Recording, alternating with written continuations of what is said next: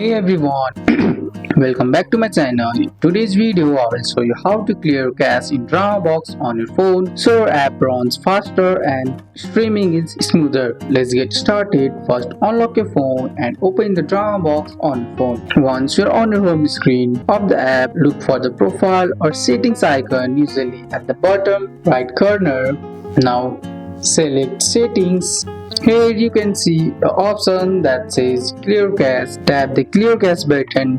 This will remove temporary files, old images and leftover data that can slow down the app. A confirmation pop-up may appear. Tap Confirm or OK. Don't worry, this won't delete your downloaded source or account. It only removes temporary data. After clearing cache, close DramaBox completely. Swipe up from the bottom and swipe the app away.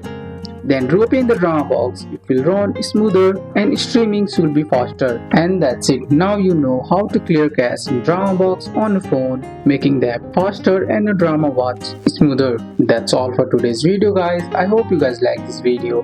If you found this video helpful, drop a like, subscribe for more videos. Thanks for watching. See you in the next one.